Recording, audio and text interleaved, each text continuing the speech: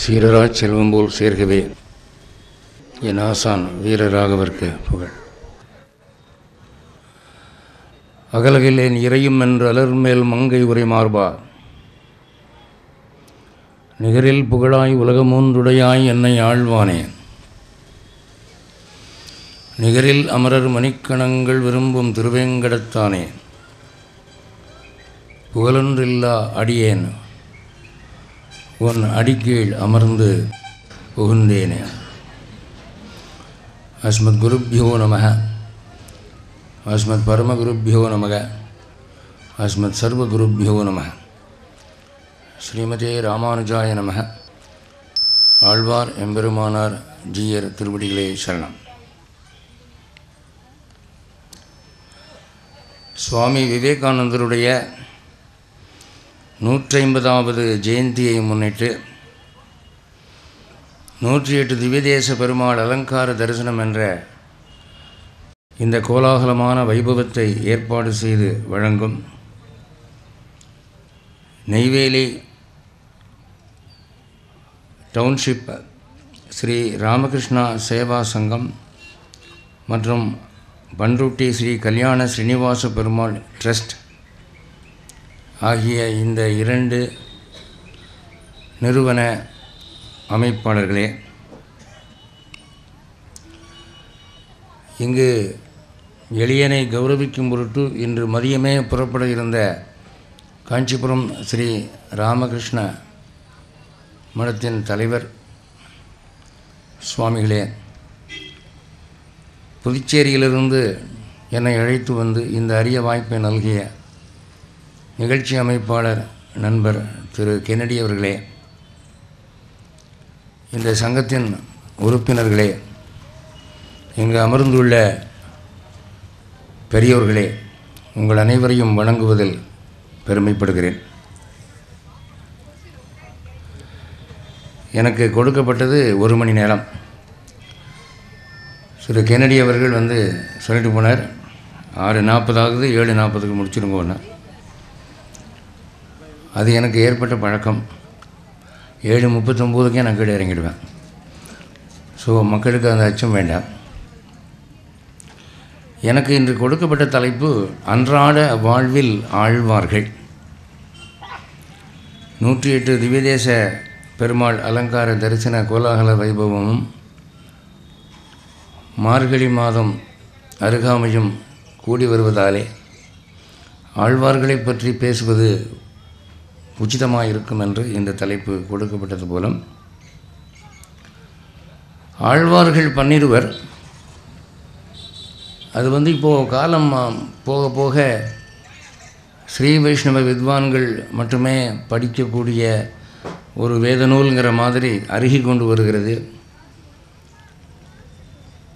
4000 திவ்ய பிரபந்தத்துக்கு ஏற்பட்ட வியாக்கியானங்கள் 6000 படி, 9000 படி, 12000 படி, 24000 படி, 36000 படி, இதெல்லாம் சொன்னால் பலருக்கு அது என்னன்னே புரியலைங்கிற மாதிரி ஒரு காலம் ஆகிட்டு வருது. அதனால் நம்முடைய அன்றாட வாழ்வு, டே டு டே லைஃப்பில் இந்த ஆழ்வார்களால் நமக்கு என்ன பிரயோஜனம், என்ன சம்பந்தம், இந்த அவசர எந்திர வாழ்விலே நமக்கு ஆழ்வார்கள் உதவுவார்களா, அவர்களுடைய பாசுரங்கள் பயனுள்ளவையாக இருக்குமா என்ற ஒரு கண்ணோட்டத்தில் இன்று உங்கள் முன்பு ஆழ்வார்கள் 12க்கும் 12 பாசுரங்கள் தேர்ந்தெடுத்தேன். 1 மணி நேரம்னா 60 நிமிஷம், 12 ஆழ்வார்கள்னால் ஒரு ஆழ்வாருக்கு 5 நிமிஷம், 12 × 5 60 நிமிஷம். அதோடு சரி. அதை வந்து இப்போது எந்த ஆழ்வார் எப்படி ஆரம்பிக்கிறதுன்னா, க்ரனலாஜிக்கலாக பார்த்தா, கால வரிசைப்படி பார்த்தா, பொய் ஆழ்வார், பூதத்தாழ்வார், பேய் ஆழ்வார், திருமழிசை ஆழ்வார், நம்மாழ்வார், மதுரகவி ஆழ்வார், குலசேகர ஆழ்வார், பெரியாழ்வார், ஆண்டாள் அம்மா, தொண்டரடி பொடி ஆழ்வார், திருப்பான ஆழ்வார், அடுத்து திருமங்கை ஆழ்வார் என்று வரும். இது கால வரிசை. ஆனால் இப்போ நான் அந்த வரிசை எடுத்துக்கொள்ளலை. 1000, 2000, 3000, 4000 என்று 4000ஐ 4 ஆயிரங்களாக வகுத்திருக்கிறார்கள் சார்ந்தோர்கள், முன்னோர்கள். அந்த வரிசைப்படி ஒவ்வொன்றாக எடுத்து நான் பேசுகிறேன். முதல்ல பெரியாழ்வார் எடுத்துக்கொள்கிறேன். பெரியாழ்வார் திருமொழியிலே 5ஆம் பத்து சென்னியோங்கு என்று தொடங்குகிறது. அதில் 4 ஒரு பாசுரம். கடல் கடைந்து அமுதங்கொண்டு கலசத்தை நிறைத்தாற்போல் உடலுருகி வாய் திறந்து மடுத்து உன்னை நிறைத்து கொண்டேன். கொடுமை செய்யும் கூற்றமும் என் கோலாடி குறுகப்பெறா தடவரைத்தோள் சக்கரபாணி சாரங்கவில் சேவகனே. இதில் பெரியாழ்வார் என்ன சொல்கிறார்? பெருமாளே, உன்னுடைய மகிமையை வாயார பாடி மனமாற நிறைத்து கொண்டேன். உன்னுடைய பெருமையும் உன்னுடைய நாம மகிமையும் எப்படிப்பட்டதென்றால் இது பார்க்கடல் அமுதத்துக்கு சமம். பார்க்கடல் அமுதம் இருக்குமானால் அங்கே சாவுக்கு வேலை இல்லை, நோய்க்கு வேலை இல்லை. இந்த பாசுரம் ஆயுசு தரும் என்று சொல்லுவார்கள் பெரியவர்கள். இந்த பாசுரத்தை நீங்கள் சொல்லிக்கிட்டீங்கன்னா உங்களுக்கு ஆயுள் விருத்தி, உங்களுக்கு அல்லது உங்கள் பிள்ளைகளுக்கு, உங்கள் சொந்தக்காரங்களுக்கெல்லாம். ஏன்னா இது என்ன சொல்லுதுன்னா, கடல் கடைந்து அமுதங்கொண்டு கலசத்தை நிறைத்தார் போல பார்க்கடலை 33 கோடி தேவர்களும் 66,000 அசுரர்களும் சேர்ந்து கடைந்து அமுதம் எடுத்தார்கள். அந்த அமுதத்தை பருகினது போல நான் உடல் உருகி வாய் திறந்து மடுத்து உன்னை நிறைத்து கொண்டேன். நான் அமுதம் குடிக்கலை, உன்னை எனக்குள்ளே நிறைத்து கொண்டேன். இதனுடைய விளைவு என்ன ஆகும் அப்படின்னா, கொடுமை செய்யும் கூற்றமும் என் கோலாடி குறுகப்பெறா. யமன் கூட என்கிட்ட வர முடியாது. யமனை பற்றி சொல்லும்போது கொடுமை செய்யும் கூற்றமும், யமதர்மராஜாவுக்கு வேண்டியவர்கள் வேண்டாதவர்கள் இல்லை. அப்போ தான் குழந்தை பிறந்திருக்கும், குழந்தை குவா குவான்னு கத்திக்கிட்டு இருக்கும், தாய் உயிரை கொண்டு போயிடுவான். அனாதைகளாக பிள்ளைகள் உலகத்தில் கஷ்டப்பட்டுக்கிட்டு இருக்கும், அப்பா அம்மாவை கொண்டு போயிடுவான். ஒரு சகோதரன் ஒரு சகோதரி இருப்பாங்க, சகோதரனை கொண்டு போயிடுவான். அவரவருக்கு ஆயுள் முடிந்து போனால் அவ்வளோதான், அவன் கடமை செய்வான்.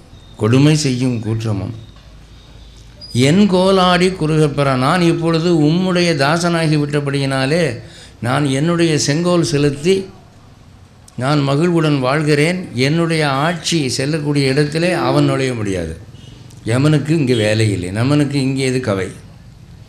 அப்போ யமனை சவால் விடுறாரு. உன் பெருமையை மனதிலே நிறைத்து கொண்ட எனக்கு யம பயம் இல்லை என்று தடவரைத்தோள் சக்கரபாணியன், மலை போன்ற தோள்களை உடைய சக்கரத்தை ஏந்திய கையுடையவனே, சாரங்கவில் சேவகனே, சாரங்கம் என்ற வெள்ளை ஏந்தியவனே, எம்பெருமானே, உன்னுடைய அருள் எனக்கு இருக்கிற போது எந்த யமனை கண்டு யம கிங்கரை கண்டு நான் அஞ்ச வேண்டாம் என்று சவால் விடுறார். இது உங்களுக்கு 5ஆம் பத்தில் இருக்குது. சென்னியோங்கு தன் திருவேங்கடமுடையா என்று தொடங்கக்கூடியதில் இருக்குது. 4வது பாசுரம். அது வீட்டில் போய் 4000 புஸ்தகம் இருந்தால் பிரித்து பாருங்கள். இதை டெய்லி ஒரு தடவை சொல்லிக்கிட்டிங்கன்னா உங்களுக்கு ஆயுள் விருத்தி. ஜாதகத்தில் உங்களுக்கு ஆயுள் தோஷம் இருந்தாலும் உங்களுக்கோ உங்கள் பிள்ளைகளுக்கோ உங்கள் குடும்பத்தாருக்கோ உங்கள் நண்பருக்கோ அது மாறி போகும். அதை நீங்கள் பக்தியோடு சொல்லணும். அடுத்து நான் ஆண்டாள் எடுத்துக்கிறேன். ஆண்டாள் அம்மாவுடைய நாச்சியார் திருமொழி. ஆண்டாளுடைய திருப்பாவை எல்லாருக்கும் தெரியும். திருப்பாவை சொன்னால் இப்போ அது உங்களுக்கு பிடிக்கும், தினம் சொல்கிறது தானேன்னு. புதுசாக ஒன்று எடுப்போமே. ஆண்டாள் அம்மா சாதித்தது நாச்சியார் திருமொழி. அதில் 9வது இதில் சிந்துள செம்பொடி என்று தொடங்குகிறது. அதில் ஒரு பாசுரம். இந்த அம்மா பெருமாளுக்கு, அழகர் கோயில் பெருமாளுக்கு மானசீகமாக 100 அண்டா சக்கரை சாதம், 100 அண்டா தயிர் சாதம், 100 அண்டா வெண்பொங்கல் வச்சு படைக்குது. அந்த பாசுரம், நாறு நறும் பொழில் மாலிருஞ்சோலை நம்பிக்கு. நறுமணமிக்க பூக்கள் இருக்கக்கூடிய திருமாலிருஞ்சோலை அழகர் பெருமானுக்கு நான் 100 தடாவில் 100 அண்டாவில் வெண்ணெய் வாய் நேர்ந்து பராவி வைத்தேன். வெறும் வெண்ணெயா? கிருஷ்ணனுக்கு வெண்ணெய்னா இஷ்டம், எவ்வளோ சாப்பிட்டாலும் திருப்தி வராது. 100 தடா நிறைந்த அக்கார அடிசில் சொன்னேன். 100 அண்டா நிறைய சக்கரை சாதம். ஏறு திருவுடையான் இன்று இவை கொள்ளுங்களோ. வளரும் திருமகளுடைய கிருபை உள்ளவன் அதை ஏற்றுக்கொள்வானான்னு கேட்குறேன். இதில் வேடிக்கை என்னென்னா, அழகர் கோயிலில் இந்த அம்மா இது 100 கணக்கில் அண்டா வச்சு படைத்ததாக பாடியிருக்கு. ஆனால் அது செய்யலை. செய்கிறதுக்கு துட்டு வேணாமா? உங்களுக்கு 1 கிலோ வெண்ணெய் வாங்கிறதுக்கே வழி இல்லை. 100 அண்டா நிறையா வெண்ணெய்க்கு எங்கே போகிறது? 100 அண்டா நிறையா சக்கரை சாதத்துக்கு எங்கே போகிறது? மனசளவிலே மானசீகமாக படைக்குது. இந்த பாட்டை படிச்சுட்டு ராமானுஜர் என்ன பண்ணாரா, ஆஹா இந்த அம்மாவுக்கு எவ்வளோ ஆசை, கையில் காசு இல்லைங்கிறதுனால வெறுமனே வாயால் பொங்கல் படைச்சிட்டு போயிடுச்சு. இன்றைக்கி நமக்கு ஆயிரக்கணக்கான பணக்காரர்கள் சிஷியர்களாக இருக்கிறார்கள், நான் செஞ்சால் என்ன என்று அவர் அழகர் கோயிலுக்கு வந்திருந்த போது சில பணக்கார சிஷியர்கள்ட்ட சொல்லி பணத்தை கொண்டு வர சொல்லி இவ்வளவும் அவரே செஞ்சு அழகருக்கு படைத்தார்.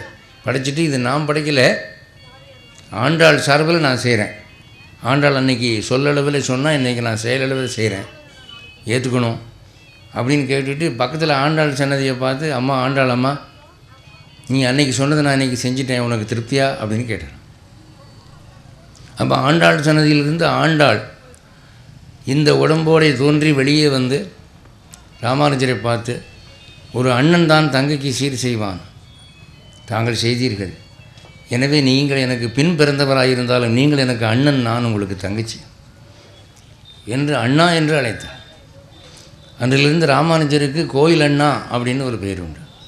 இன்றைக்கும் ராமானுஜர் பிறந்த ஸ்ரீபெரும்புதூரிலிருந்து ஸ்ரீவில்லிபுத்தூர் ஆண்டாள் உற்சவம் நடக்கிற போது அண்ணன் வீட்டு சீர் போகும். அண்ணன் வந்து தங்கச்சிக்கு சீர் செய்கிறது பழக்கம் தானே, புடவை எல்லாம். அப்படி ராமானுஜருக்கும் ஆண்டாளுக்கும் ஒரு அண்ணன் தங்கை உறவை ஏற்படுத்தின பாசுரம் இது. இதை எதுக்கு நான் இன்றைக்கி சொல்கிறேன் அப்படின்னா, அவள் உண்மையாக செய்ய முடியவில்லை, மனதளவிலே செய்தால் இன்று நாமும் பக்தர்களாகிய நாமும் சாமி கும்பிட்றதுனாலே பெரிய பணச்செலவான விஷயமா இருக்கேன்னு பயப்படாமல் மனசளவிலே பக்தியோடு நாம் இது மாதிரி ஒரு பழக்கத்தை ஏற்படுத்திக்கலாம். அன்றாடம் பெருமாளே எனக்கு வசதி இல்லை, அதனால் மனசளவில் உமக்கு நான் இவ்வளவு செய்கிறேன், ஒரு 1000 தங்க காசு கொட்டி கொடுக்குறேன்னு வச்சுக்கோமே, அல்லது 100 அண்டா நிறையா நெய் சாதம் படைச்சிட்டேன்னு நினச்சிக்குமே. ஏங்க இது நினைக்கிறதுல என்ன தப்பு?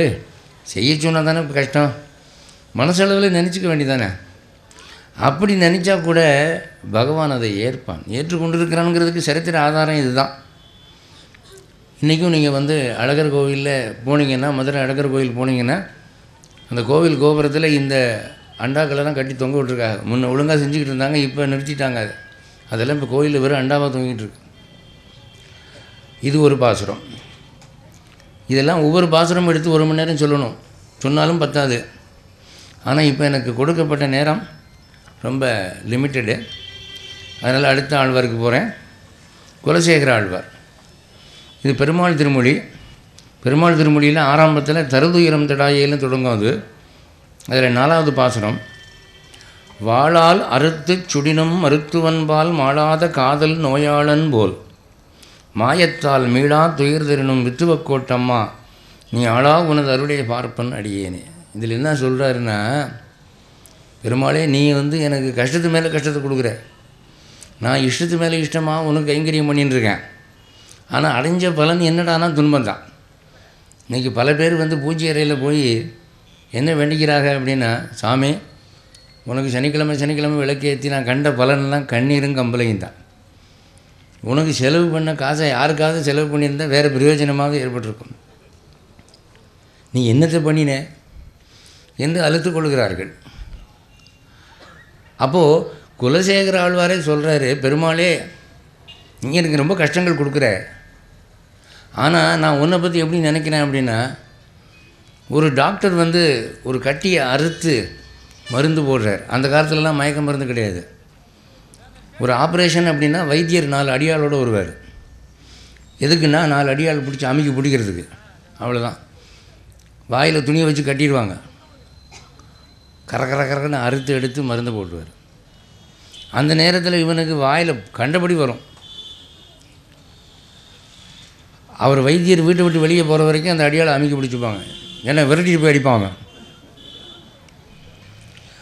அப்போது ஒரு 10 நாள் கழித்து அந்த கட்டி குணமான பிறகு அதே வைத்தியரை பார்த்து, ஐயா வணக்கம், இந்த இடத்துல ஒரு கட்டி இருந்தது, சுப்புன்னு என்ன வலி என்ன கொத்து, ஏதோ உங்கள் தயவில் குணமாக போச்சு, ரொம்ப நன்றி ஐயா. அன்றைக்கி அடிக்க வந்தானே அப்படின்னா அந்த நேரத்தில் வலி. அது மாதிரி என்னுடைய ஆத்மாவை திருத்த வேண்டும் என்பதற்காக, என் உள்ளத்தை பக்குவப்படுத்த வேண்டும் என்பதற்காக வாழ்க்கையில் கஷ்டங்கள் கொடுக்குறேன். நமக்கு வந்து நுரையீரலில் கேன்சர் வரலைன்னா நம்ம தம் அடிக்கிறத நிறுத்துவோமா? சிகரெட்டு ஊதிக்கிட்டே இருப்போம். ஒரு நாளைக்கு 15 காப்பி குடிக்கிறோம், சர்க்கரை வியாதி வந்து அதை நிறுத்திடுறோம். ஆக இப்படியாக வியாதிகளை கொடுத்து நம்மை திருத்துகிறான். குடும்பத்திலே சில சிக்கல்களை கொடுத்து அளவுக்கு மிஞ்சின இந்த ஆணவங்களை குறைக்கிறான்.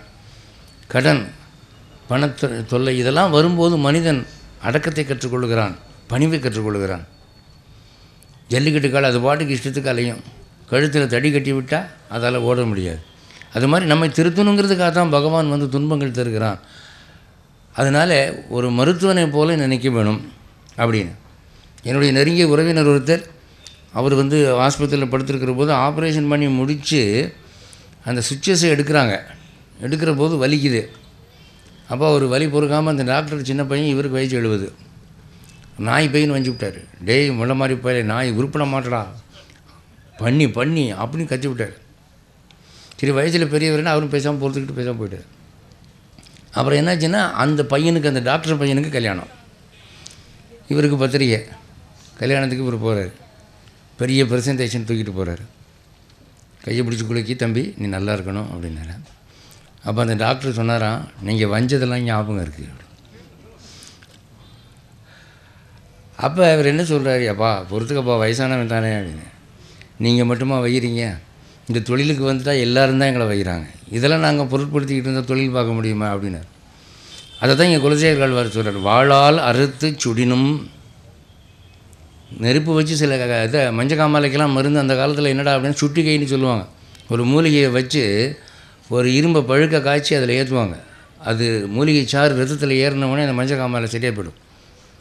வாளால் அறுத்து சுடினும் மருத்துவன்பால் மாழாத காதல் நோயாளன் போல் மாயத்தால் மீளா துயர் தரினும் வித்துவக்கோட்டமாக. வித்துவக்கோடுங்கிறது ஒரு திவ்ய தேசம் இங்கே இருக்குது, எங்கள் பிரதிமை பார்க்கலாம் நீங்கள். அந்த வித்துவக்கோட்டமாக நீ ஆளாக உனது அருளை பார்ப்பன் அடியேன். நீ என்ன கஷ்டப்படுத்தினாலும் உன்னை விட்டு ஓட மாட்டேன். ஒரு தாய் குழந்தைய அடின்னு அடித்தாலும் அம்மா அம்மான்னு தான் கத்தும். அது அம்மா அடிக்கிறாளேன்னு அப்பான்னு கத்தாது. அது மாதிரி நான் என்ன துன்பப்படுத்தினாலும் உன்னை விட்டு நான் போக மாட்டேங்கிறார். இது எதுக்கு நான் சொல்கிறேன்னா, நமக்கு கஷ்டங்கள் வரும்போது நமக்கு முன்னால் ஆழ்வார்களே துன்பப்பட்டிருக்காங்க. ஆழ்வார்களோடு பெருமாள் நேரடியாக பேசுவார், காட்சி தருவார். அவர்களுக்கே துன்பம் கொடுத்துருக்கான். அப்புறம் நம்ம கதையெல்லாம் என்ன? நம்ம வாழ்க்கையில் 90% கெட்டது பண்ணுறோம், 10% நல்லது பண்ணுறோம், அதுவும் அசந்து மருந்து பண்ணுறோம். அப்படிப்பட்ட நமக்கு பகவான் வந்து துன்பம் தர்றான்னா இதெல்லாம் பொறுத்துக்கணும். எல்லாம் நன்மைக்கே என்று நினைக்க வேண்டும். அடுத்து ஆழ்வார் திருமழிசை பிரான். திருமழிசை பிரான் அப்படின்னா உங்களுக்கு தெரியும், திருமழிசை என்ற மெட்ராஸுக்கு பக்கத்தில் இருக்குது. அங்கே அவதாரம் பண்ணின ஆழ்வார். அவர் திருச்சந்த விருத்தம்னு புஸ்தகம் பாடியிருக்கார். அதில் 90வது பாட்டு. குலங்களாய ஈரிரண்டில் ஒன்றிலும் பிறந்திலேன், நலங்களாய நற்கலைகள் நாளிலும் நவென்றிலேன், புலன்களைந்தும் வென்றிலேன் பொறியிலேன் புனித நின் இலங்கு பாதம் அன்றி மற்றோர் பற்றிலேன் எம் ஈசனேன். இந்த திருமழிசையாளர் என்ன சொல்கிறாரு, நான் உயர்ந்த ஜாதியில் பிறக்கலை. அந்த 4 ஜாதி சொல்லுவாங்களே, பிராமண சத்திரிய வைசிய சூத்ர, அந்த 4 ஜாதியும் இல்லை நான் அப்படிங்கிறார். இதுக்கு ஏன் அவர் இப்படி சொல்கிறாருன்னா, இவருடைய தகப்பனார் பார்கவ ரிஷி, இவருடைய தாயார் வந்து ஒரு தேவலோகத்து பெண்ணு. இவர்கள் இருவரும் சேர்ந்ததில் என்ன ஆச்சுன்னா, அந்த தேவலோகத்து பெண்ணுக்கு கர்ப்பம் உண்டாகி பிரசவ காலம் வந்தபோது குழந்தை பிறக்காமல் உருண்டையாக ஒரு சதப்பிண்டம் வந்து விழுந்துச்சு. அப்பாவும் அம்மாவும் பார்த்தா இது என்ன இப்படி வந்து பிறந்திருக்குன்னு. இவர் பாட்டுக்கு தவத்துக்கு போயிட்டார். அந்த அம்மா பாட்டுக்கு அதை குப்பையில் போட்டு தேவலோகம் போயிடுச்சு. அந்த சதைப்பிண்டமானது கண்ணு காது மூக்கு கை காலெல்லாம் அடைந்து ஒரு குழந்தையாக உருவெடுக்கிறதுக்கு பெருமாள் கடாட்சம் பண்ணினார். அது அப்படி உருவாகி முழு சரீரமும் உருவான உடனே மற்ற குழந்தை மாதிரி குவான்னு அழுக ஆரம்பிச்சு. அப்போது பெரம்பு நாற்காலின்னு சொல்லுவாங்க. அந்த காலத்தில் வந்து பெரம்பில் நாற்காலி பண்ணுவாங்க. இப்போல்லாம் வந்து பிளாஸ்டிக்கில் தான் நாற்காலி எல்லாமே.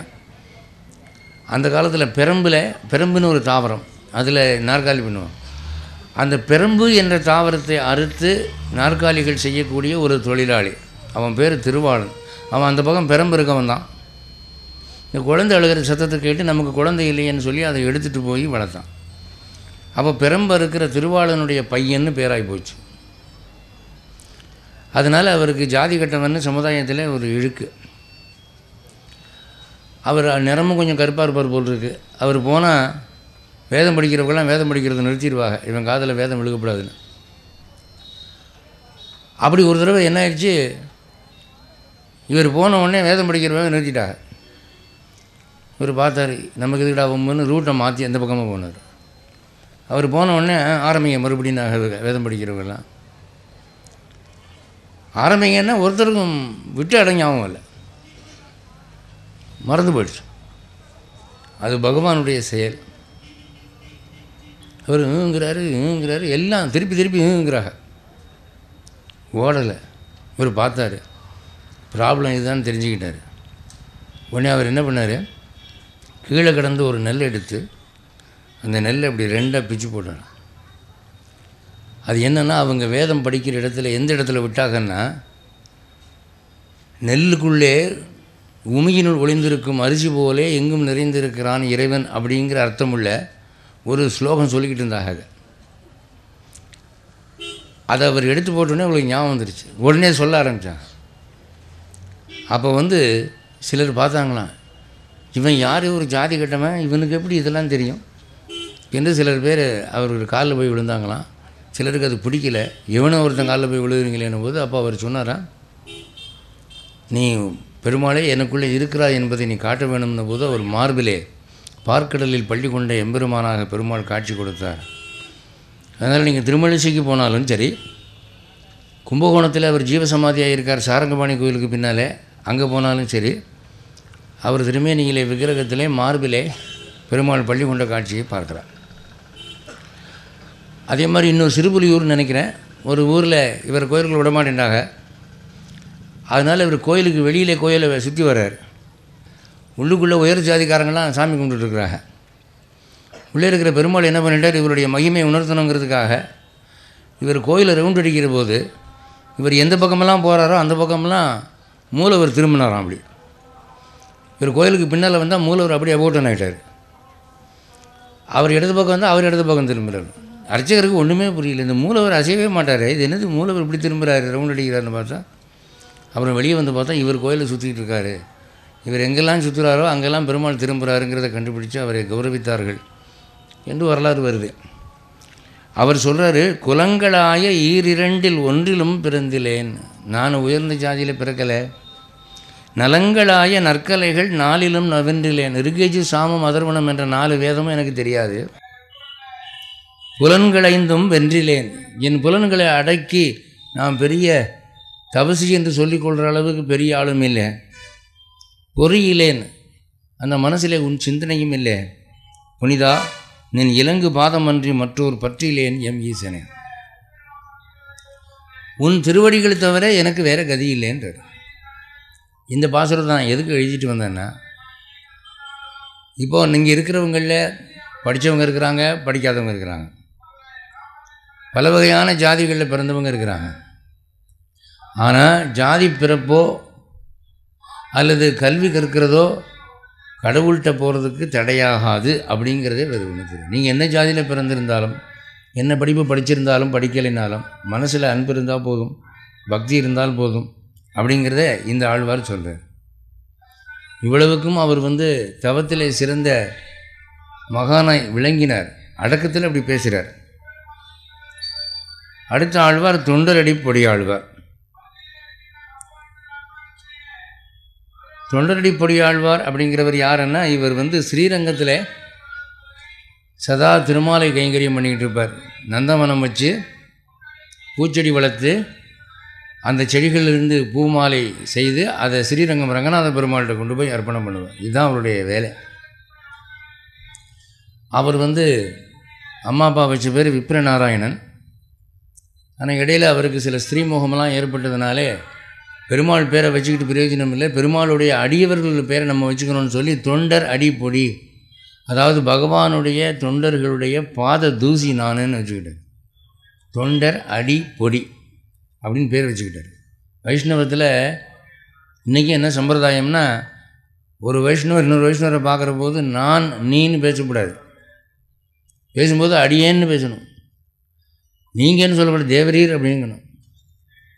அப்படி தேவரீர் அடியனுடைய குடிசைக்கு எழுந்திரலாமா, தேவரீர் திருவுள்ளம் செய்யுமா, சாப்பிட்டீங்களான்னு கேட்கக்கூடாது, தேவரீருக்கு பிரசாதமாச்சா, தண்ணி வேணுமான்னு கேட்கக்கூடாது, தேவரீருக்கு தீர்த்தம் வேணுமா, உட்காருங்கன்னு சொல்லக்கூடாது, தேவரீர் எழுந்திருளுங்கள் அப்படின்னு. இப்படியெல்லாம் வைஷ்ணவத்தில் பரிபாஷைகள் சொல்லியிருக்கு. அப்போது நீங்கள் வைஷ்ணவத்தில் என்ன சம்பிரதாயம்னா, பகவானை விட பகவானுடைய அடியவர்கள் பெரியவர்கள், அப்படி ஒரு மரியாதை வேணும். அதனால் தொண்டர் அடிப்பொடின்னு பேர் வச்சுக்கிட்டாரு. அவர் சொல்கிறாரு, ஊர் இல்லேன் காணி இல்லை. இது திருமாலையில் 29வது பாசுரம். உறவு மற்றொருவர் இல்லை, பாரில் நின் பாதம் மூலம் பற்றிலேன் பரமமூர்த்தி, காரொளி வண்ணனே என் கண்ணனே கதறுகின்றேன், ஆருளர் கலைகணம்மா அரங்கமா நகருளான. ஸ்ரீரங்கத்தில் இருக்கிற ரங்கநாத பெருமாளே அரங்கமா நகருளானேங்கிறார். ஸ்ரீரங்கம் போனவங்களுக்கு தெரியும், ஸ்ரீரங்கம் கோவில் அப்படி ஒரு சிட்டி மாதிரி இருக்கும் பெருசாக. இப்போ நெய்வேலி நகரம் எப்படி டவுன்ஷிப்போ அது மாதிரி ஸ்ரீரங்கம் கோவில் பெருசு. அரங்கமா நகருளானே, ஸ்ரீரங்கம் என்ற ஒரு மாபெரும் நகரத்துக்குள்ளே இருக்கிறவனே, ஊரிலேன் எனக்குன்னு சொந்தமாக ஊர் இல்லை, காணி இல்லை, நிலம் இல்லை, உறவு மற்றொருவரும் இல்லை, எனக்கு சொந்த பந்தம் மாமே மச்சனை சித்தப்பன் பெரிய பையன்னு பந்துக்கள் இல்லை. இப்போ நாமெல்லாம் ஒரு ஃபங்க்ஷன் வைக்கிறோம், ஒரு கல்யாணம், ஒரு மஞ்சள் நீராட்டுனா எத்தனை பேர் வராங்க. சில குடும்பங்கள் அந்த காலத்தில் பார்த்திங்கன்னா ஒரே பெற்றோருக்கு 8 ஆம்பளை பிள்ளை 4 பொம்பளை பிள்ளை இருக்கும். அவங்கவுங்க கல்யாணம் பண்ணி அவங்கவுங்க பிள்ளை குட்டி பற்றி ஏதாவது ஒரு வீட்டில் ஒரு ஃபங்க்ஷன்னு சொன்னால் அங்கே திமுன்னு வர்ற கூட்டத்தை பார்த்தால் 150 பேர் இருப்பாங்க. பெரிய குடும்பம். இவருக்கு அப்படி யாரும் இல்லை, எனக்கு பெருமாள் தான் உறவு என்று இருக்கிறார். பாரில் நின் பாதம் மூலம் பற்றிலேன் பரமமூர்த்தி. அதுக்காக ஞானம் வந்துருச்சுன்னு நீயே கதின்னு இருக்கிறேன் அப்படின்னு சொல்ல முடியாது, அவ்வளோ பெரிய ஞானியும் இல்லை. காரொளி வண்ணனே கரிய நிறமுள்ள கண்ணனே கதறுகின்றேன் அழுகிறேன். அதாவது வைஷ்ணவத்தில் பகவானுடைய திருவடிகளை சரணடைதல் என்பது ஒரு அடிப்படை கொள்கை.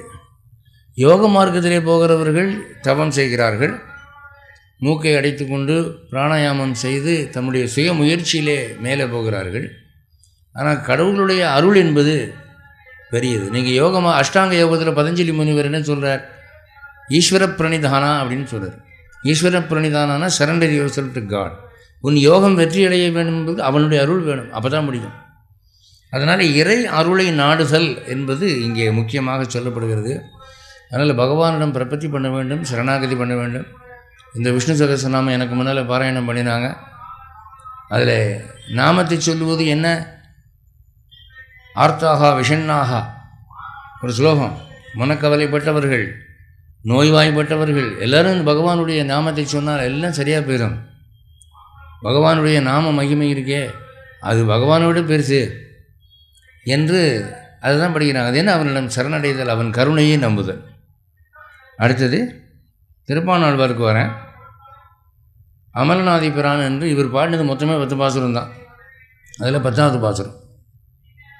இந்த திருப்பாணாழ்வார் பாணர் குலத்திலே பிறந்தவர், அதாவது தாழ்த்தப்பட்ட இனமாக கருதப்பட்ட ஒரு இனம். அதனால் இவர் கோயிலுக்கெல்லாம் போக முடியாது.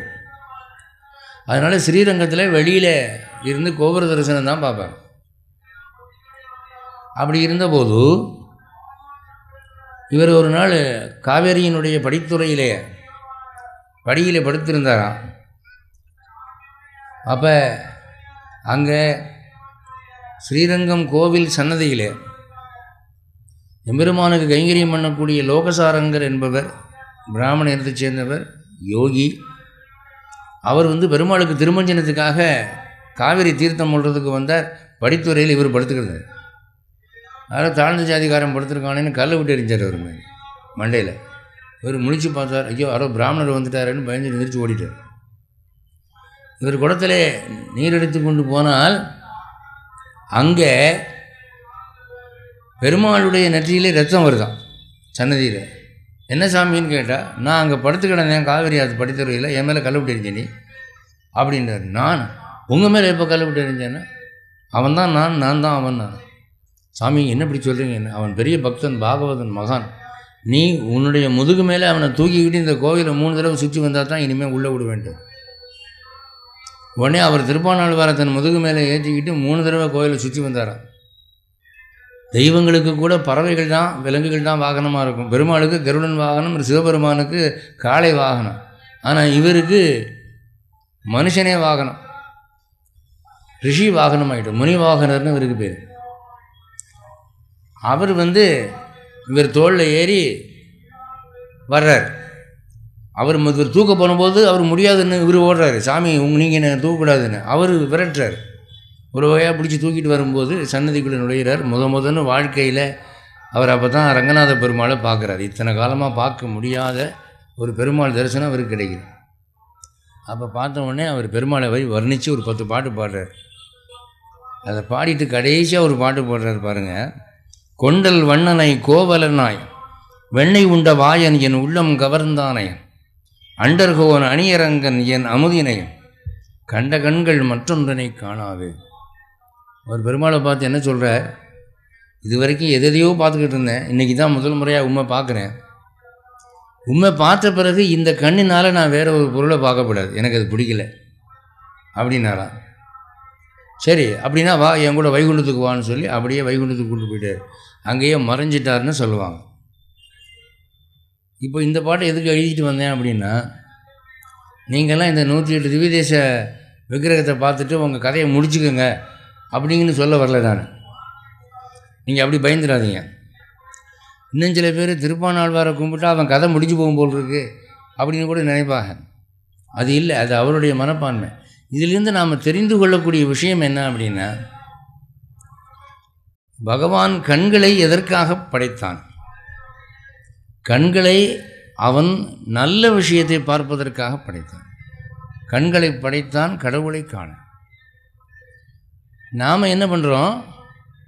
இந்த கண்களை எதுக்கடா பயன்படுத்துகிறோம் அப்படின்னா, சினிமா பார்க்குறதுக்கும் டிவி சீரியல் பார்க்குறதுக்கும் பயன்படுத்துகிறோம். நம்ம கண் அதிகமாக எதடா பார்க்குது அப்படின்னா, கோவிலை எங்கே பார்க்குது, கடவுளை எங்கே பார்க்குதுன்னா, இப்போ இன்றைக்கி போய் இந்த 108 விக்கிரகத்தை பார்க்குறாங்கல்ல, இதோடு சரி அவ்வளோதான். இனி அடுத்தாப்பில் இந்த மாதிரி ஒரு கோலாகலம் இங்கே நடந்துச்சுன்னா பார்ப்பா. சனிக்கிழமை பெருமாள் கோவிலுக்கு போனால் போதும், வாரம் ஒரு தடவை அந்த மாதிரி வச்சுருக்கிறாங்க. இதெல்லாம் ஒரு தவறான கொள்கை, கோட்பாடு. நாம் நம் கண்களை வீணாக்கி கொண்டிருக்கிறோம் இந்த தொலைக்காட்சி பட்டியல் விஷயத்தில். இந்த டிவி சீரியல்னு பார்த்து கண்ணு கெட்டு, மனசு கெட்டு, புத்தியெல்லாம் துருப்பிடிச்சு, குடும்பம் கெட்டு வீணாக போய் வாழ்க்கையெல்லாம் நமக்கு பாழாக போகுது. அதனால் நல்ல விஷயங்களை தான் இனிமேல் இந்த கண்ணு பார்க்கணும். இந்த காம உணர்வுகளை தூண்டக்கூடிய கன்றாவி காட்சிகளெல்லாம் பார்க்கக்கூடாதுங்கிறதுக்காக இந்த பாசுரத்தை எழுதிட்டு வந்தேன். அடுத்து 7வது ஆழ்வாராக நான் மதுரகவி ஆழ்வாரை சொல்கிறேன். இவர் கண்ணினும் சிறுத்தாம்பன்னு ஒரு 11 பாட்டு பாடினார். இவரை பற்றி ஒரு குறிப்பு என்னன்னா, இவர் பெருமாளை பாடவே இல்லை, தன் குருவாகிய நம்மாழ்வாரை பற்றி மட்டும் ஒரு 11 பாட்டு பாடினார். பெருமாளை பாடாத ஒரு ஆழ்வார். குரு பக்தி அவருக்கு அவ்வளோ அதிகம். அவர் தனக்கு ஒரு நல்ல குரு கிடைக்க வேண்டும் என்பதற்காக தெற்கேருந்து ஒவ்வொரு திவ்யதேசமாக போய் வடக்க கங்கை வரைக்கும் போய் இமயமலை அடிவாரம் வரைக்கும் போனாராம். அவருக்கு திருப்தியாக குரு கிடைக்கலையாம்.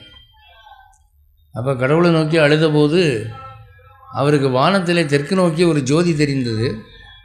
அந்த ஜோதியை பின்பற்றி வந்தார். கடைசியில் அது எங்கே முடியுதுன்னா, இவர் பிறந்த ஊருக்கு பக்கத்து ஊரில் அந்த ஜோதி மறையுது. அப்போ அவர் பார்த்தார், நமக்கு குரு இந்த ஊர்லேயே இருக்கிற போது நாம் இதை விட்டு எத்தனையோ ஊருக்கு போகிறோமே என்று சொல்லி அங்கே விசாரித்து பார்த்தா நம்மாழ்வாரை பற்றி அவருக்கு தெரியுது. நம்மாழ்வாருக்கு அப்போ ஒரு சின்ன பையன், 17 வயசு பையன். இவருக்கு அப்போ வயசு, இவர் யோகியாக இருக்கிறதுனால 250 வயசுன்னு சொல்லுவாங்க. ஒரு காலில் விழுந்து சரணாகதியானார். அவர் தான் அப்போ அந்த பாசுரங்கள்லாம் சொல்கிறார். அந்த பாசுரங்களை எல்லாம் இவர் ஏடுபடுத்தி எழுதினார். அவருக்கு நம்மாழ்வார் மேலே எவ்வளோ பக்தி இருந்ததுன்னா, பெருமாள் மேலே கூட ஒரு பாட்டு பாடல. அவர் சொல்கிற ஒரு பாட்டு பாருங்கள், 11வது பாட்டு. அன்பன் தன்னை அடைந்தவருக்கெல்லாம் அன்பன் தென்குருகூர் நகர் நம்பிக்கு, அன்பனாய் மதுரகவி சொன்ன சொல் நம்புவார்பதி வைகுந்தம் காண்மினே. நம்மாழ்வாரை சேவிச்சிங்கன்னா உங்களுக்கு வைகுண்டம் நிச்சயம்ங்கிறார்.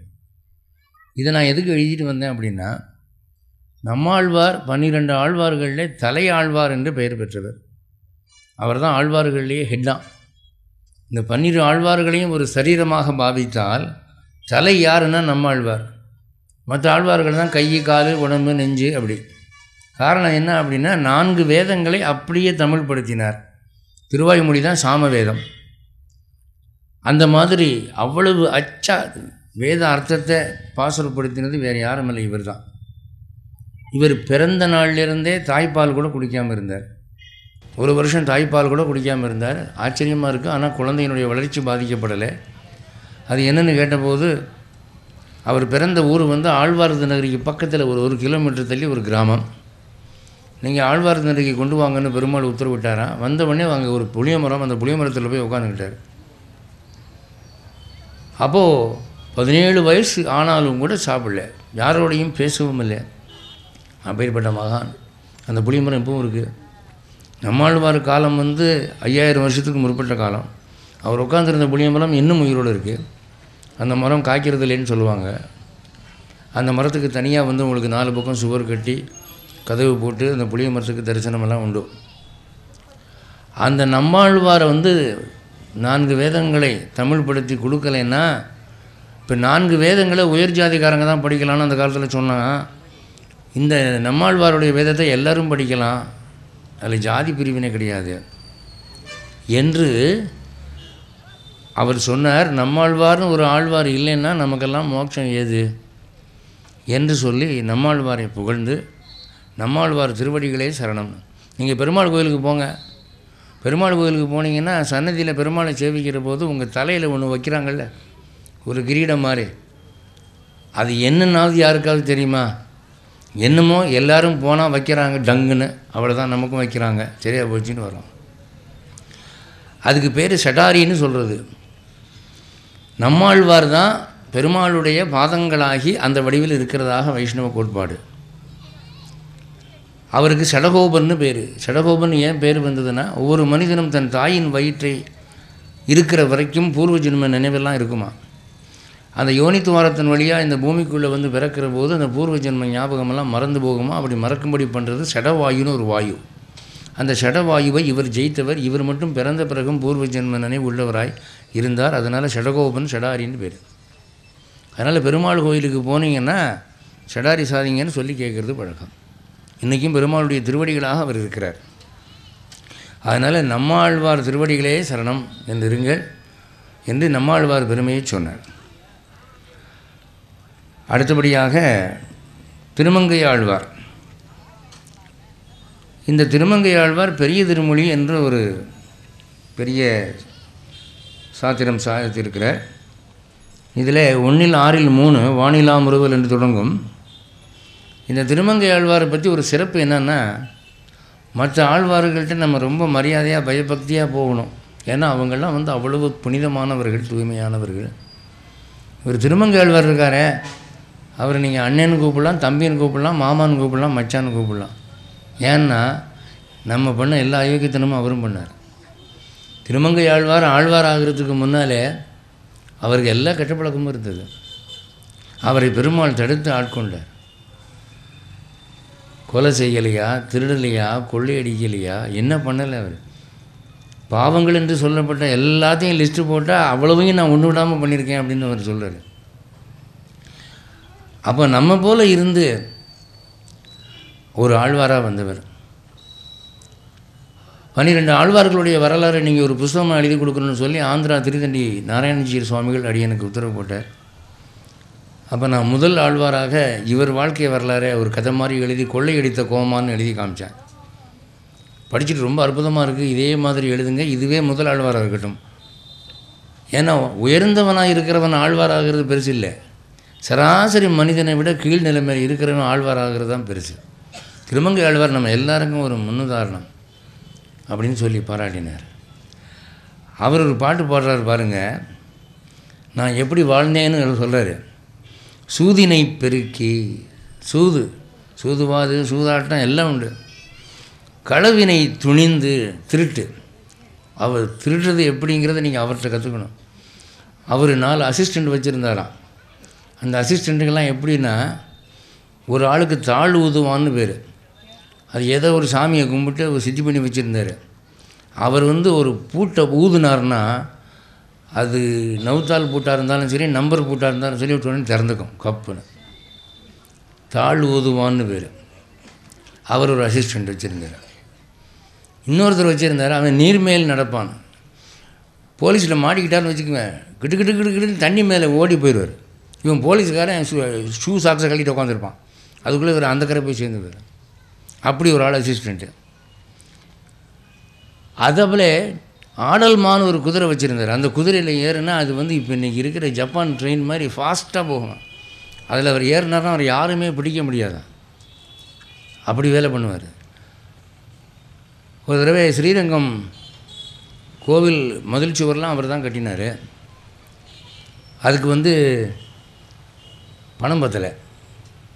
அப்போ என்ன பண்ணார், பணக்கார செட்டியார்கள்லாம் வர்ற ரூட் எதுன்னு பார்த்து வச்சுக்கிட்டு ஒரு மரத்து மேலே உட்காந்துருந்தார்.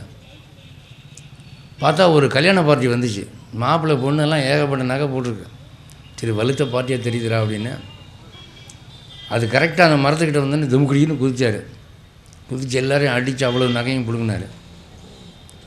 பொண்ணு நகையெல்லாம் பிடுங்கிட்டார், மாப்பிள்ளை நகையும் பிடுங்கிட்டார். இதில் என்ன வேடிக்கைன்னா, மாப்பிள்ளை யாரானா பெருமாள் தான் மாப்பிள்ளையாக வந்தார். பொண்ணாக வந்தது யாருன்னா மகாலட்சுமி தான். அவங்களையே கொள்ளடிச்சு அவங்க நகையை பிடிங்கி, அதுக்கப்புறம் அவர் காலில் மிஞ்சி மாதிரி ஒரு நகை போட்டிருந்தாராம் பெருமாள். அதை கழட்ட முடியல, வாயினால் கடிச்சு இழுத்தாரான். அப்பவும் வரல. யோ என்னையா இப்படி போட்டிருக்கிறது, எப்படி காலில் மாட்டின நீ அப்படின்னு. அப்போ பெருமாள் தன் கையினாலே அவர் தலை மேலே கை வச்ச உடனே இவருக்கு அஞ்ஞானமெல்லாம் நீங்கியது. அன்று முதல் அவர் உயர்நிலை அடைந்தார், ஒரு கள்ளன் ஆழ்வாரானார் அப்படின்னு சொல்லுவாங்க. அவர் திருத்தணுங்கிறதுக்காக பெருமாள் பண்ணின வேலை அது. சூதினை பெருக்கி களவினை துணிந்து சுரிகுழல் மடந்தையர் திறத்து காதலே மிகுத்து. ஒரு பொண்ணு ரோட்டில் போயிட முடியாது, அழகான பொண்ணு. இவர் கண்ணில் பட்டார் தொலைஞ்சு, அவ்வளோதான். அப்படி ஆளுவர். சுரிகுழல் மடந்தையர் திறத்து காதலே மிகுத்து கண்டவா தெரிந்த தொண்டேன். கண்டவாறு தெரிஞ்சேன்னா நான் பண்ணாத அடாவடி கிடையாது. போலீஸ் ஸ்டேஷனில் லெஜர் எடுத்து பார்த்தீங்கன்னா எல்லா செக்ஷன்லையும் இவரை புக் பண்ணியிருப்பான். Pickpocket, eve teasing, burglar, house breaking எல்லாம் பண்ணியிருப்பான். ஒரு காரியம் பண்ணாமல்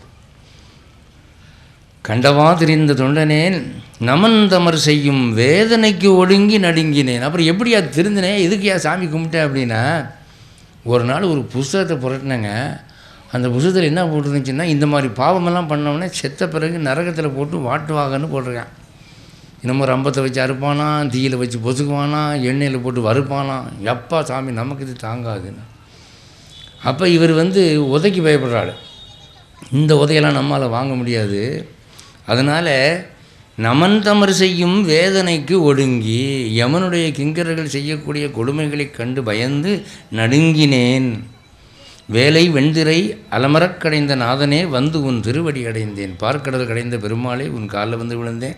நைமிசாரண்யத்துள் இருந்தாய். நைமிசாரண்யங்கிறது 107 திவ்யதேசத்தில் ஒன்றும். இங்கே நீங்கள் உள்ளே போய் பார்த்தீங்கன்னா அந்த பிரதிமை பார்க்கலாம். அந்த நைமிசாரண்யத்தில் இருக்கிற பெருமாளே, என்னை அடிச்சிடாத, மிதிச்சிடாத, நரகத்தில் போட்டுறாத, நமக்கு தாங்காது. எனக்கு உதைக்கத்தான் பிடிக்கும், வாங்கிறதுக்கு பிடிக்காது அப்படின்னு சொல்கிறார். அதனால் இந்த பாசுரம் எதுக்காக நான் எழுதிட்டு வந்தேன்னா, நம்ம எல்லாரும் சொல்லலாம், உணர்ந்து சொல்லலாம். சொல்லும்போது இது நமக்குன்னே பாடின மாதிரி இருக்கும். ஏன்னா நம்ம செய்கிற லீலைகளை தான் அவர் சொல்கிறார். இந்த காரியங்களை நம்ம யார் செய்யலை, எல்லாருமே செய்கிறோம்.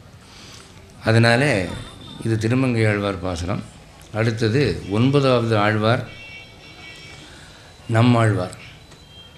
இவர் எழுதின திருவாய்மொழி.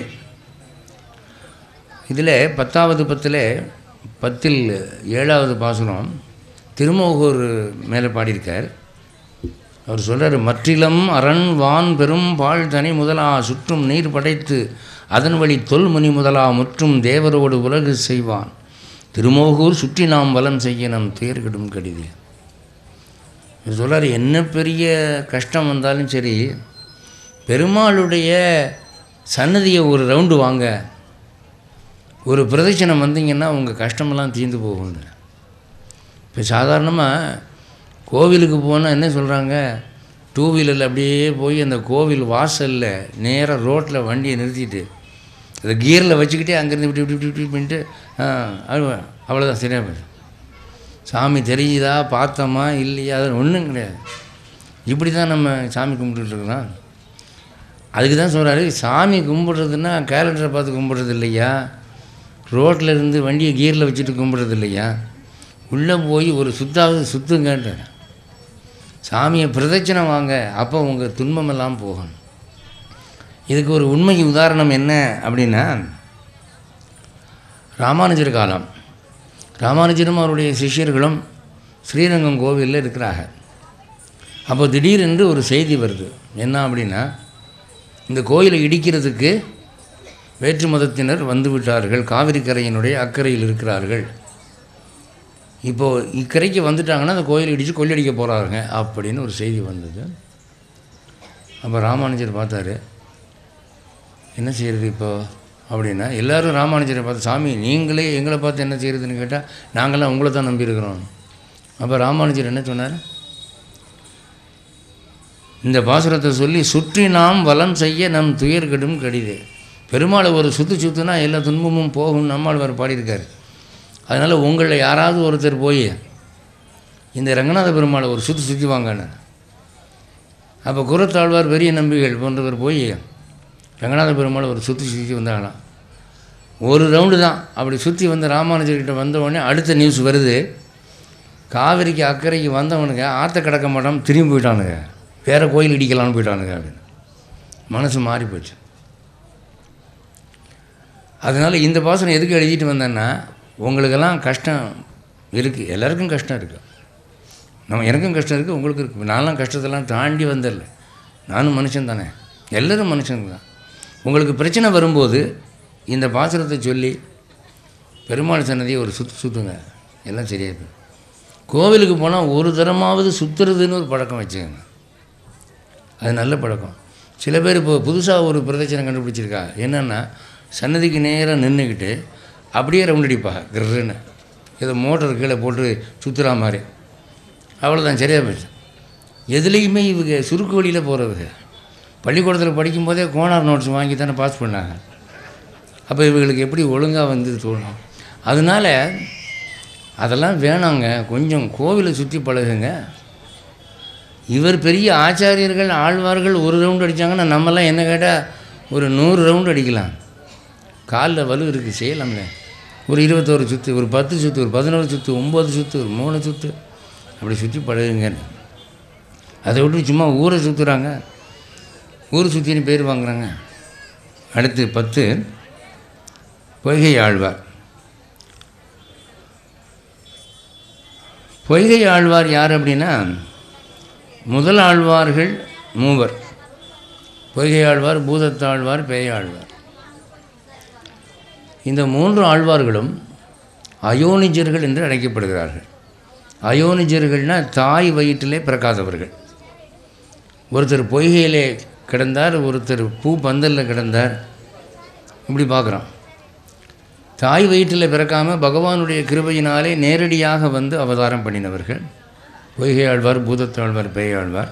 இதில் பொய்கை ஆழ்வாருடைய இயற்பா முதல் திருவந்தாதியில் 65வது பாட்டு, வினையால் இடர்படார் வெண்ணரகில் சேரார் தினையேனும் தீக்கதிக்கச் செல்லார் நினைதற்கு அறியானை சேயானை 1000 பேர் செங்கற்கரியானை கைதொழுதற்கு.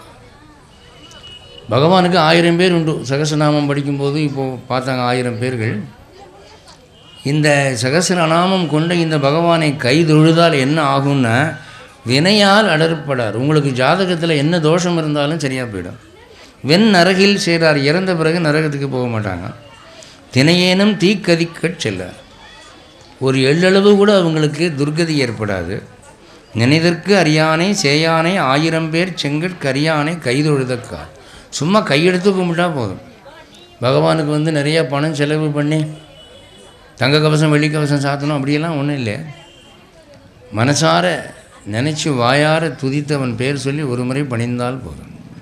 சேலையை பிடிச்சி அவுத்த போது திரௌபதி தன்னுடைய 2 கைகளையும் தலைமையில் வச்சு கோவிந்தா அப்படின்னு சொன்னால் அவளுக்கு சேலை வந்ததுன்றார்.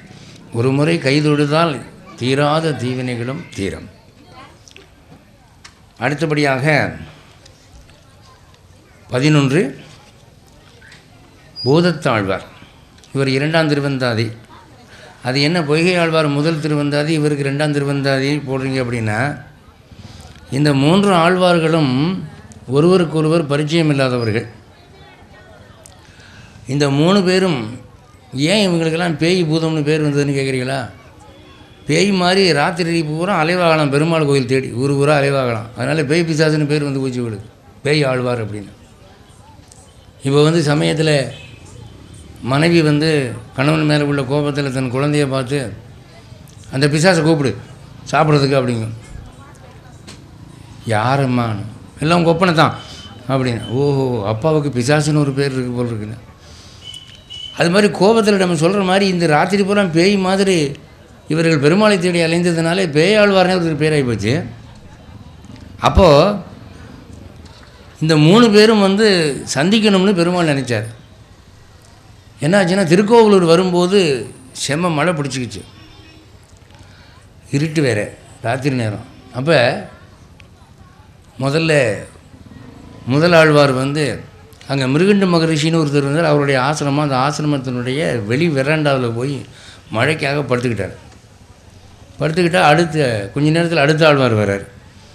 அடுத்த ஆழ்வார் வந்து, ஐயா இங்கே யார் இருக்கிறது, நான் கொஞ்சம் மலைக்கு ஒதுங்கலாமா அப்படின்னு கேட்டாரா. ஒருத்தர் படுக்கலாம், 2 பேரும் உட்காரலாம் அப்படின்னு. கொஞ்சம் தள்ளிக்கங்களே, நான் உட்காரேன்னா. சரின்னு அவர் படுத்தவர் எந்திரிச்சு உட்காந்துக்கிட்டார், இவரும் உட்காந்துக்கிட்டார். 3ஆவது ஆழ்வார் வந்தார். அவர் வந்து என்ன பண்ணார், ஐயா மலைக்கு ஒதுங்கலாமா அப்படின்னு. 2 பேர் உட்காரலாம், 3 பேர் நிற்கலாம் அப்படின்னாரு. கொஞ்சம் இடம் கொடுங்களேன்னாரு. 3 பேர் நின்றுக்கிட்டாங்க. மழை போடுன்னு போடுது. திடீர்னு பார்த்தா இவங்ககிட்ட பெர்மிஷன் கேட்காமலே 4ஆவது ஆள் யாரோ ஒருத்தன் நுழைஞ்சிட்டான் அவளுக்கு. என்னடா இப்போ ஆறுது 4ஆவது ஆள் அப்படின்னு போய் எண்ணி தடவி பார்த்தா 3 டிக்கெட்டு போக 4ஆவது டிக்கெட் ஒன்று வந்திருக்கு. அது யாருன்னு தெரியல. அப்போ வந்து இவங்க 3 பேருக்குமே இவர்கள் ஆழ்வார்கள் என்று பரஸ்பரம் தெரியாது. இவர் யாரோன்னு அவர் நினைக்கிறார், அவர் யாரோன்னு இவர் நினைக்கிறார். ஆனால் இவங்க சந்திக்கணும், இவங்க தெரிஞ்சுக்கணுங்கிறதுக்காக தான் பகவான் அந்த வேலையை பண்ணுறான். உடனே இவர் வந்து ஞானத்தினாலே விளக்கேற்றி பார்க்குறாங்களாம், யார் அந்த 4ஆவது ஆள் அப்படின்னு பார்த்தா பெருமாள் வந்திருக்காரு, நெருக்கிட்டு நிற்கிறாரு. திருக்கண்டேன் பொன்மேனி கண்டேன் அப்படின்னு சொல்லி நான் பெருமாளை பார்த்துட்டேன்னு அப்படி பாடுறார். ஒருத்தர் வையந்தகலியா இந்த உலகத்தையே விளக்கேற்றினாராம். ஒருத்தர் அன்பையே விளக்கேற்றி பார்த்தோம். அந்த பாட்டெலாம் சொல்கிறதுக்கு நேரம் இல்லை, மணி ஆகிக்கிட்டு இருக்கு. அப்போது ஞான திருஷ்டியில் வந்திருக்கிறது 4ஆவது ஆள் பெருமாள்னு தெரிஞ்சு போச்சு. உடனே இந்த 3 பேரும் அந்த 3 அந்தாதிகள் பாடுகிறார்கள். முதல் திருவந்தாதி, 2ஆம் திருவந்தாதி, 3ஆம் திருவந்தாதி. 3 பேரும் பரஸ்பரம் அறிமுகமாகிறார்கள். என்னங்க நீங்களும் பெருமாளை கும்பிட்றவர் தானா, நீங்களும் நம்ம கட்சி தானா என்றவர்கள் அறிமுகமாய் அந்த 3 பேர் சேரணுங்கிறதுக்காக பெருமாள் பண்ண வேலை. அப்படி பாடப்பட்ட 2ஆம் திருவந்தாதியில் அடுத்த பாட்டு, பொருளால் அமருலகம் புக்கியல் ஆகாது அருளால் அறமருளும் அன்றே அருளாலே மாமரையோர்க்கு இந்த மணிவண்ணன் பாதமே நீமரவேல் நெஞ்சே நினை. இதில் சொல்கிறாரு, பணத்தை வச்சு எல்லாம் சாதிச்சிடலான்னு நினைக்காதீங்கப்பா. பணத்தினால சாதிக்க முடியாத பல காரியங்கள் இருக்குது. கடவுள் அருளை முதல்ல பணத்தினால சாதிக்க முடியாது. வைகுண்டத்துக்கு போக முடியாது, தேவர் உலகத்துக்கு போக முடியாது, அருளால் தான் முடியும் அப்படின்னு சொல்கிறார். இதை எதுக்கு நான் எழுதிட்டு வந்தேன்னா, பணம் மனுஷனுக்கு தேவை தான், பணம் தேவையில்லைன்னு சொல்லலை. பணம் இல்லாமல் இவனாவது ஓசியில் இட்லி கொடுப்பானா, வடை கொடுப்பானா, காப்பி கொடுப்பானா? பணம் தேவை தான். ஆனால் பணமே கதின்னு சொல்லி கிடக்காதீங்க, பணம் வெறி பிடிச்சி அலையாதீங்க. தேவைக்கு பணம் சம்பாதிங்க, சேருங்க, செலவு பண்ணுங்கள். அடிப்படை தேவைகளுக்கு சேமித்து வைங்க, எதிர்காலத்துக்கும் சேமித்து வைங்க. ஆண்டவன் அருள் தான் முக்கியம், பொருளை விட அருள் தான் முக்கியம் அப்படிங்கிற ஒரு கருத்தை இதில் வைக்கிறார். அதனால் ஒரு கையினால் பொருளை தேடுங்க, ஒரு கையினால் அருளை தேடுங்கன்னு பெரியவங்க சொன்னபடி அருளை மறந்துடாதீங்கன்றார். அடுத்து கடைசி ஆழ்வார், கடைசி பாசுரம் பேயாழ்வார். இவர் 3ஆம் திருவந்தாதி. இதில் வந்து மருந்தும் பொருளும் அமுதமும் தானே திருந்திய செங்கண்மால் ஆங்கே பொருந்தியும் நின்றுலகம் உண்டு முழுந்து நீரேற்று மூவடியால் அன்புலகம் தாயோன் அடி. இவர் சொல்கிறாரு, உடம்புக்கு என்ன வியாதி வந்தாலும் மருந்து எதுன்னு கேட்டால் பகவானுடைய அருள் தான் மருந்து அப்படின்றத இந்த கருத்தில் சொல்கிறார். மருந்தும் பொருளும் அமுதமும் தானே. அதனால் நீங்கள் டாக்டர்கிட்ட போக வேணாம், மருந்து வாங்காதீங்கன்னு சொல்ல வரல. அப்புறம் டாக்டர் எத்தனையோ பேர் எம்பிபிஎஸ் படிச்சுட்டு போர்டு போட்டு உட்காந்துருக்காங்க. இப்போ பாலியல் கிளினிக்லாம் ஆரம்பிச்சிருக்காங்க. இவங்க என்ன ஆகுறது? ஆனால் குணப்படுத்துறது மருந்து அல்ல, இறைவன் அருள் தான் குணப்படுத்துறது. மருந்தை விட அந்த மகாதேவனை நம்புங்கள், பகவானை நம்புங்க. ஆயுர்வேதத்தில் லேகியம் பேசுகிற போது ஒரு ஸ்லோகம் சொல்லி லேகியம் பேசுவாங்க. தாயிற் சிறந்ததொரு உறவு இல்லை, கங்கையிற் சிறந்ததொரு நதி இல்லை, கேசவனில் சிறந்ததொரு தெய்வம் இல்லை என்ற சத்தியத்தின் பேரில் ஆணையிட்டு செய்கிறேன், இந்த லேகியமானது நோயை குணப்படுத்தட்டும்னா. அப்படியெல்லாம் வேதத்தில் இருக்குது. அதனால் ஃபெய்த் க்யூர், முதல்ல மனசில் நம்பிக்கை வேணும். பகவான் காப்பாற்றுவான்ங்கிற நம்பிக்கை இருந்ததுன்னா எப்பேற்பட்ட வியாதியும் போகும். அதனால் மருந்தை விட இறை அருளை நீங்கள் அதிகம் நம்புங்கள். கடவுளை நம்பினால் இந்த நாராயணாங்கிற சொல்லு, இந்த கடைசியாக விஷ்ணு சஹஸ்ரநாம பாராயணம் முடிஞ்சோடனே நாராயண நாராயணான்னு ஜெபிச்சாங்க.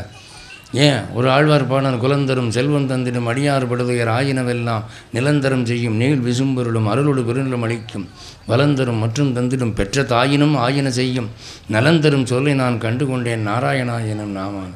இந்த நாராயணாங்கிற நாமம் இருந்தால் உங்களுக்கு எல்லாம் கிடைக்குங்க அப்படின்னு நம்பிக்கை தான் முக்கியம். அப்போது 6:40 ஆரம்பித்தேன், 7:40 ஆகிடுச்சு. இந்த அரிய வாய்ப்பை எனக்கு நல்கிய இந்த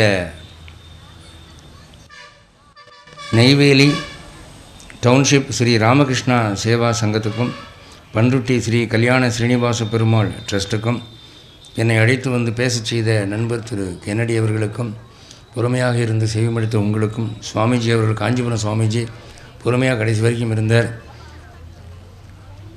அவருக்கும் உங்களுக்கும் நன்றி கூறி, இறைவன் திருவுள்ளம் இருக்குமானால் இன்னொரு முறை உங்களை சந்திப்பேன் என்று கூறி விடைபெறுகிறேன்.